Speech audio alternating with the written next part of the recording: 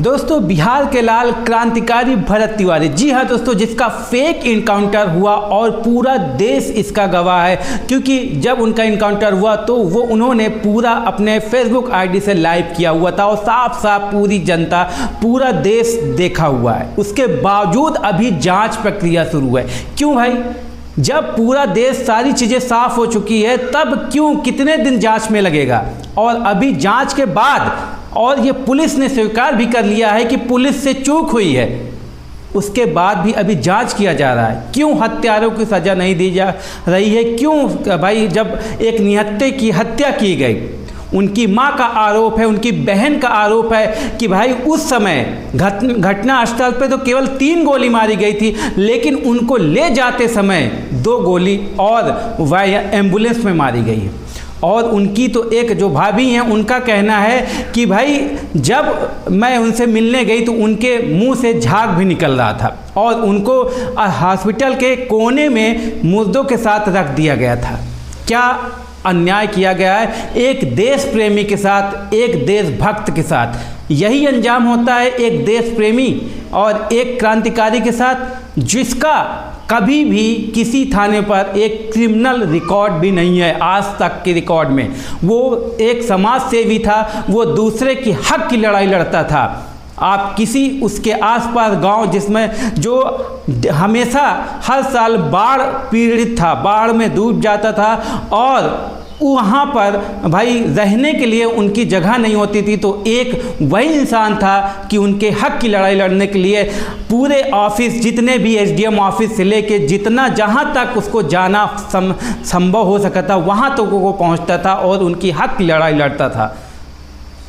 लेकिन ये सिस्टम, लंगड़ा सिस्टम, मुर्दा सिस्टम कहा जा सके तो, बिल्कुल उसे अनदेखा कर देता था। और इसी बीच एसडीएम से उनकी झपड़ होती है, झड़प क्या, उनकी बातचीत होती है। सभी पुलिस वालों ने उनको टारगेट कर लिया कि इसका काम ख़त्म करना है। कई बार उनको धमकी भी दी गई है। उन्होंने अपनी वीडियो में साफ साफ कहा है कि भाई मुझे इनकाउंटर की धमकी दी जा रही है, लेकिन फिर भी बंदा डरा नहीं और अपने पीड़ितों जितने भी, चाहे वो जो अभी जातिवाद पर फैला रहे हैं ना कि एक ब्राह्मण है, ब्राह्मण है, कुछ ऐसे हैं दोगले किस्म के इंसान जो अब भी भाई उनके लिए जाति ज़्यादा मायने रखती है। तो मैं बता दूं कि जिसके लिए वो लड़ रहा था, जिस समाज के लिए लड़ रहा था, वो हरिजन समाज था। वो सब समाज के लिए लड़ रहा था। वो एक देशभक्त था, सच्चा देशभक्त था। और आज तक उसका मोबाइल फ़ोन उसके घर वालों को नहीं दिया गया। उसकी केवल 3 मांग थी कि जो ये नेता विधायक वोट मांगते समय कसम खाते हैं कि मैं ये पूरा कर दूंगा, अपने प्रोपेगेंडा रचते हैं, उसे क्यों पूरा नहीं करते हैं। उसकी पहली मांग थी। दूसरी मांग कि भाई जो ये समाज है, वहाँ का जो बाढ़ से पीड़ित हर साल हो जाता है, उसकी उनको पक्का घर दिया जाए, उनकी रहने की जगह बनाई जाए। उनको जो ये नुकसान हर साल झेलना पड़ता है, कोई कोई तो अपनी जान भी गंवा देता है, तो उनको एक रहने की सुविधा दी जाए, वो उसकी दूसरी मांग थी। तीसरी मांग कि अगर उसका इनकाउंटर या वो इस दुनिया में नहीं रहता तो उसका मोबाइल फ़ोन भाई उसके घर वालों को सौंपा जाए, ना कि प्रशासन को। लेकिन एक भी मांग उसकी पूरी नहीं की जा रही है। इस समय उसका फ़ोन भी घर वालों को नहीं दिया जा रहा है। क्यों? क्या राज उसमें छिपा हुआ है कि प्रशासन उसके मोबाइल को लेकर बैठी हुई है? ये तो सत्य है, ये बिल्कुल यकीन है सभी लोगों को कि ये भाई इनकाउंटर नहीं, ये एक हत्या है। और जो हत्यारे उसका इनकाउंटर किए हुए हैं, उनकी कड़ी से कड़ी जांच। और जांच क्या, अब तो सच सामने आ गया, तो किस बात की जांच? क्यों देरी की जा रही है? सस्पेंशन से काम नहीं चलने वाला।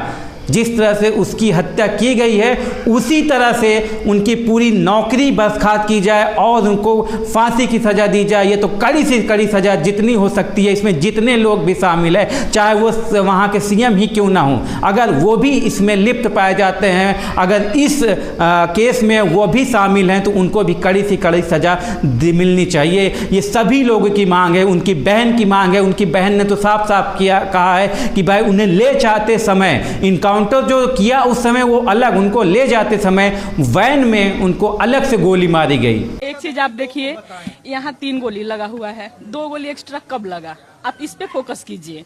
आप ये देखिए, आप ये जांचिए, आप ये देखिए, आप फोकस कीजिए। 5 गोली ये सटा के मारा गया, वो भी वो वहाँ पे पार्ट लगे मारा गया है। मेरे छोटे छोटे बच्चे हम इसलिए नहीं आ पाए हैं। आप बात बताइए मैडम, आप जो बोल रही हैं कि 3 गोली लगा हुआ था और 2 गोली आपको संदेह है कि पुलिस मतलब यहाँ से ले जाते वक्त मारी? देखिए, अंडकोश में भी डॉक्टर दिए हैं ना, एक गोली मारा हुआ है पेट के ऊपर भी, शायद नाभि के नीचे की पता नहीं कहाँ गोली है, हाइड्रोसिल पे। ये कब गोली लगी बताइए, आप ही बताइए। 3 गोली, यहाँ सभी लोग बयान दिए हैं ना जी। जमैनिया गांव का एक लड़का भी बयान दिया है, आप देखिए उसमें कि 3 गोली उसको लगा हुआ है। 2 गोली एक्स्ट्रा कब लगा?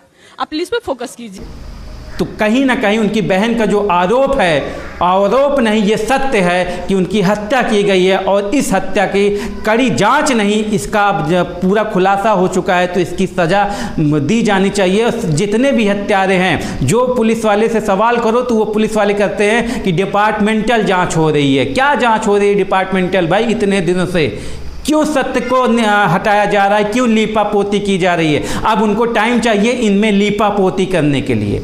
एक निहत्थे पर वार करके और निहत्थे की हत्या करके उनको अब लीपापोती का समय चाहिए, यही समय चाहिए, क्योंकि पूरा देश तो जानता है, पूरा देश भरत तिवारी के साथ है और भरत तिवारी को न्याय मिलना चाहिए। और न्याय की लड़ाई हर एक युवा लड़ेगा, हर एक भारतवासी लड़ेगा, हर एक क्रांतिकारी लड़ेगा। उसकी हक की लड़ाई जो वो अधूरा काम छोड़ के गया है, उसकी लड़ाई सब लड़ेंगे और उसके अधूरे काम को पूरा किया जाएगा। क्योंकि ऐसे क्रांतिकारी, ऐसे सच्चा देशभक्त हजारों सालों में केवल एक पैदा होता है। आपने भगत सिंह को सुना होगा, देखा नहीं होगा। एक नया भगत सिंह आज आपके सामने था और सभी ने देखा, लाइव उसने दिखाया कि कैसे भगत सिंह पैदा होते हैं और कैसे मारे जाते हैं अपने देश के लिए, अपने लोगों के लिए। ये सिस्टम जो करप्ट सिस्टम है उसके खिलाफ बोलते हुए एक शब्द वो डगमगाता नहीं था। जितनी वीडियो आप उसकी देखिए, हमेशा हंसते हुए बोलता था कि मैं रहूं या ना रहूं, लेकिन ये समाज ठीक होना चाहिए, ये भाई सिस्टम सही होना चाहिए। वो हमेशा सभी वर्गों को साथ लेके चलता था। यहाँ तक कि उसने पग यात्रा की थी, बिहार से लेकर बागेश्वर धाम तक हिंदू राष्ट्र बनाने के लिए उसने पूरा भाई पैदल गया था। इतना जुनून था उसके लिए, देश के लिए उसके मन में। देश प्रेम, सच्चा देश प्रेम, सच्चा देशभक्त इसे कहते हैं।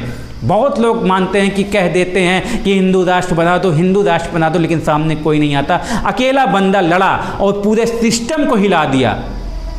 ना कुर्सी पद पर होते हुए भी एक छोटे से गांव से एक आदमी पूरे सिस्टम, पूरे भारत को यानी पूरी दुनिया को हिला देता है। तो यही एक सच्चा क्रांतिकारी होता है और ऐसे क्रांतिकारी की जो मौत है वो व्यर्थ नहीं जानी चाहिए।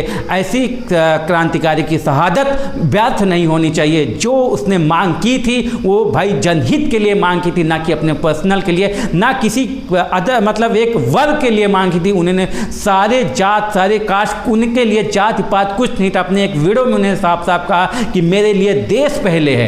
एक वीडियो में तो ये भी कहा था कि अगर अंग्रेज होता तो मैं उन्हें यूँ सबक सिखाता, लेकिन ये प्रशासन भी हमारे ही आदमी, हमारे देश के लोग हैं, तो मैं इन पे हाथ नहीं उठा सकता।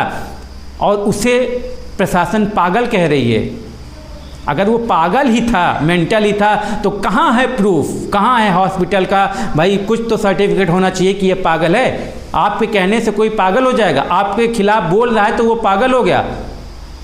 कहीं ना कहीं ये पूरा चाल, पूरी रंजिश, पूरी साजिश थी उसको चुप कराने की, लेकिन वो बंदा चुप नहीं हुआ तो उसे दुनिया से उठा दिया गया।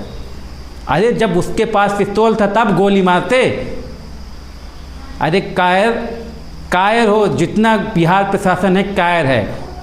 लाइव इनकाउंटर किया गया, वो भी निहत्थे आदमी पर। 50 लोग मिलकर उसे निहत्थे आदमी पर मारा और मारने के बाद भी इनकाउंटर उतनी समय तो किया जब उसकी सांसें चल भी रही थी। कोई आदमी पैर पे गोली लगने के बाद मर नहीं जाता, उसे ले जाते समय फिर से गोली मारी गई है। ये उनकी बहनों का आरोप है, साफ साफ उन्होंने वीडियो में कहा है। और एक बहन तो, एक भाभी या बहन, उन्होंने ये भी कहा है कि मैं जब उनसे मिलने, मैं उनके पिताजी को भी पकड़ ले गए थी पुलिस जब उनका इनकाउंटर किया, और उनको पिताजी को क्या बताया गया कि आपके भाई, आपके बेटे को एक गोली लगी है, उनका पटना में इलाज चल रहा है। और वो बाप को उसी थाने पे बैठा के रखा गया। जब उनकी भाई बहू, बड़ी बहू जब उनसे मिलने गई कि मैं उनको बता दूं, तो उनको उनसे मिलने नहीं दिया जाता, उनको बाहर बैठाया जाता है और कहा जाता है कि भाई आप बाहर बैठो, आपसे वो मिलने नहीं दिया जाएगा। क्यों?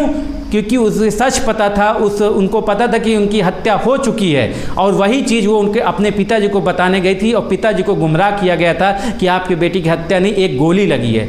अब जब उन्होंने लाइव वीडियो दिखाने की कोशिश की कि ये देखिए उनकी हत्या हो गई है, तब उनसे पुलिस प्रशासन मोबाइल छीन लेती है उनकी भाभी की। तो ये है करप्ट प्रशासन, करप्ट पुलिस प्रशासन, करप्ट सरकार।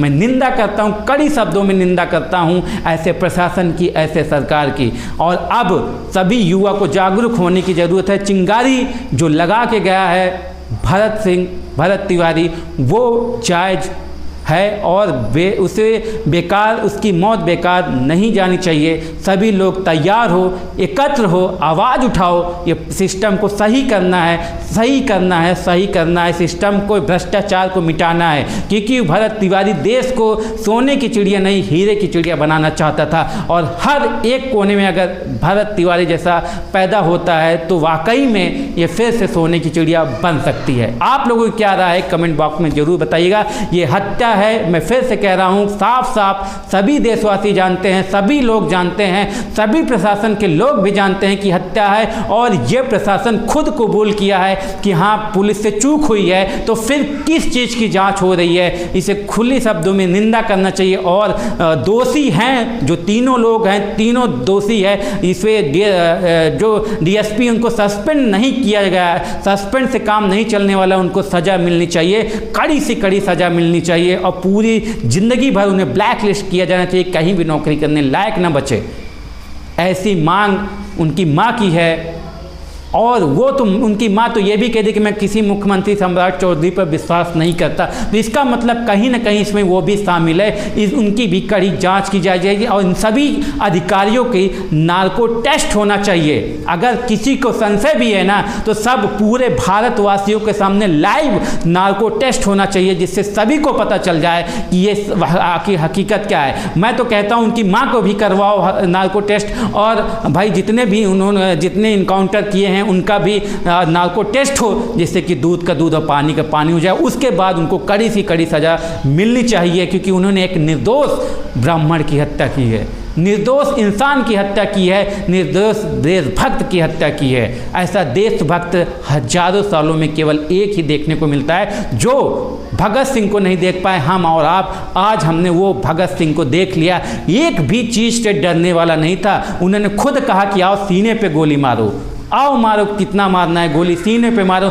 कभी भी वो डरता नहीं था कि मुझे मरना है कि जीना है, गोली लगेगी कैसे मरेगा। लेकिन उसकी जो मौत हुई ना, बहुत निंदनीय है, बहुत दर्दनाक मौत उसे दिया गया है। 3 गोली तो मारी गई, उसके बाद उसको वैन में, एम्बुलेंस में गोली मार रहे हैं, वहाँ तक ले जाकर हॉस्पिटल तक उसकी जान निकाल देते हैं, तब हॉस्पिटल में एक केवल फॉर्मेलिटी के लिए ले जाया जाता है। और आज तक उसका फ़ोन क्यों नहीं दिया गया, उनके घर वालों को पूछता है भारत, और इसका जवाब प्रशासन और बिहार सरकार को देना पड़ेगा। और न्याय, जस्टिस फॉर भरत तिवारी, ये अब युवाओं की आवाज़ है, और ये हमेशा उठती रहेगी जब तक उसे न्याय नहीं मिल जाता। आप लोगों की क्या राय कमेंट बॉक्स में ज़रूर बताइएगा। जय हिंद दोस्तों।